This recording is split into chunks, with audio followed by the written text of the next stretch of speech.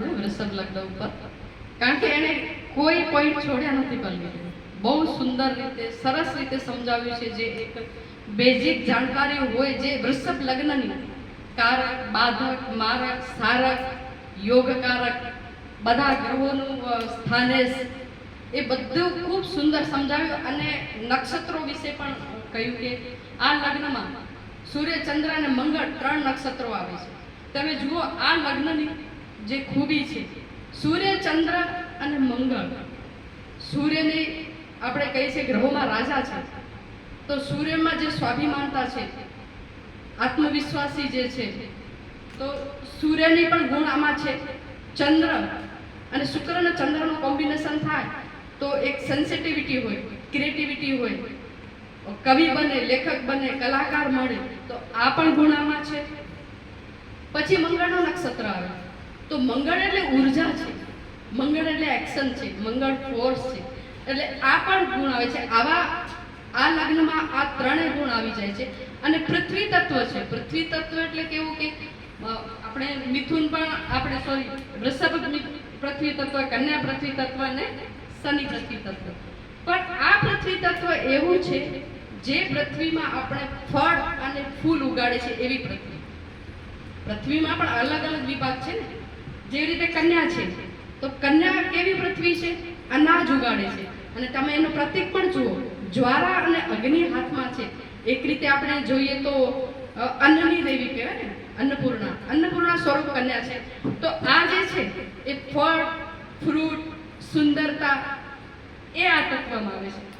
આ જે પૃથ્વી તત્વ છે એમાં તમે પહાડો, નિર્જન સ્થળો, એ શનિના અધ્યક્ષપત્યમાં આવે છે, એ પહાડોના આવે છે. એટલે પૃથ્વી તત્વમાં પણ સૌથી વધારે સુંદરતા આમાં સમાયેલી છે, પાલન પોષણ આમાં સમાયેલું છે.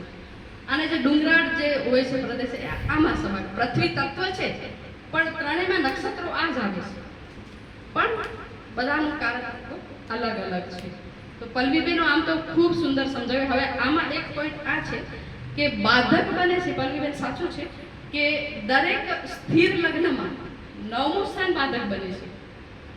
9મું સ્થાન એ ભાગ્ય પણ છે, ભાગ્ય પણ છે. તો ભાગ્ય કેવી રીતના બાધક બને? લગ્નેશનું ભાગ્ય છે તો કેવી રીતના? અને દરેક કેન્દ્ર મિત્ર જ હોય છે, તો આ લગ્નેશનું મિત્ર છે પણ બાધક બને છે. તો બાધકનો અસર ના આપે, કારણ કે એની બીજી રાશિ કર્મમાં છે.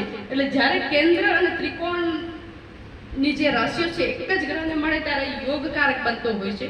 પણ છતાંય બાધકનો કાંઈક તો અસર હોય જ ને, એમને એમ તો આપ્યું નહીં હોય ને, કાંઈક તો પોતાનો રોલ ભજવે જ ને. તો બાધક એ ક્યારે રોલ ભજવે કે જ્યારે એની દશા અંતરદશા આવે.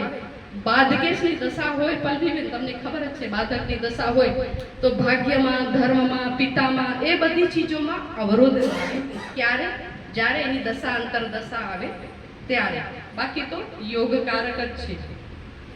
હવે આપણે જોઈએ તો લગ્નેશને એક કેન્દ્ર અને ત્રિકોણ સ્થાન છે. આ જે છે કેન્દ્ર અને ત્રિકોણ બંને છે.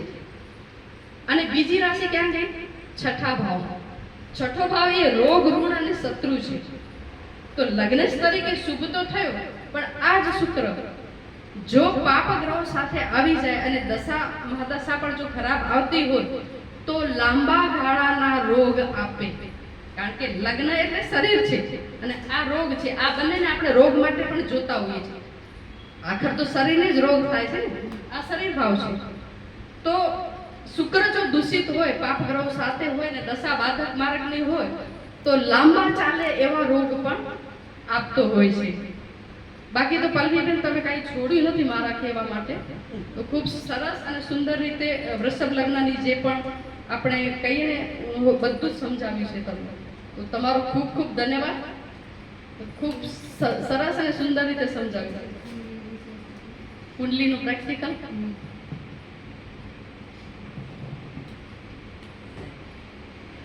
આપણે પ્રેક્ટિકલ પણ જોઈએ, કારણ કે તમે બધા અત્યારે જો નરેન્દ્રભાઈના આપણે વિદ્યાર્થી છો અને અહીંયા આવો છો તો તમને ખૂબ સુંદર રીતે, સરસ રીતે આગળનું જે આ જ્યોતિષના મેં મુંબઈમાં જોયા છે ક્લાસો દરેક ઠેકાણે ચાલતા હોય, 3 વર્ષ 2 કે 3 વખત કરી આવતા હોય, છતાં એમને પ્રેક્ટિકલ કુંડલી જોતા આવડતી ન હોય. થિયરિકલ બધું આવડે પણ પ્રેડિક્શન કરવું હોય, કુંડલી જોવી હોય, એનું ઓપરેશન કરવું હોય તો ઘણા જણા અટકાય છે.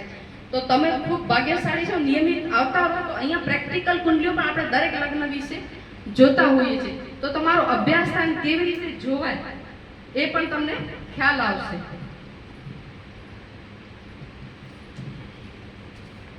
પ્રફુલભાઈ, ત્યાં સુધી તમને બોલવું હોય